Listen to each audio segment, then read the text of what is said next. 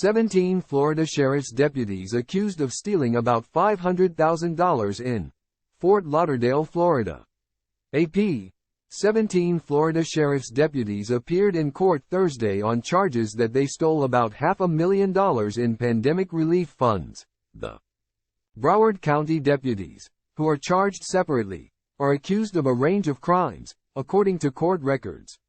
Most are charged with wire fraud, which carries a sentence of up to 20 years in prison, though one deputy is charged with conspiracy to commit wire fraud, which has a maximum sentence of 5 years. The 8 law enforcement deputies and 9 detention deputies have been suspended, Sheriff Gregory Tony said during a news conference. He said his office is going through the legal process of firing them. At the end of the day, they will be gone, Tony said. The deputies collectively defrauded the Paycheck Protection Program and the Economic Injury Disaster Loan Program out of about $500,000, said Mackenzie LaPointe, the U.S. Attorney for the Southern District of Florida.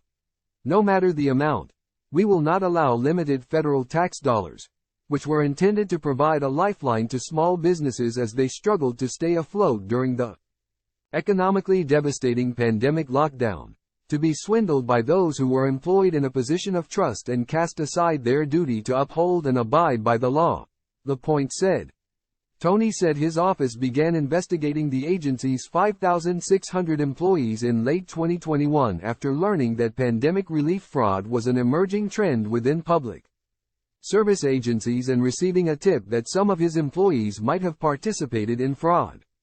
Broward Sheriff's Office investigators found about 100 employees who had applied for COVID-19 relief loans and eventually turned the investigation over to the U.S. Attorney's Office and the Federal Reserve Board.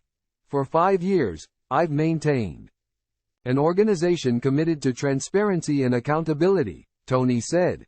I will continue to expect integrity and commitment to excellence from every BSO employee. LaPointe said his office continues to investigate possible fraud. The Paycheck Protection Program involves billions of dollars in forgivable small business loans for Americans struggling because of the COVID-19 pandemic. The money must be used to pay employees, mortgage interest, rent and utilities. It is part of the coronavirus relief package that became federal law in 2020. The Economic Injury Disaster Loan Program is designed to provide economic relief to small businesses that are experiencing a temporary loss of revenue.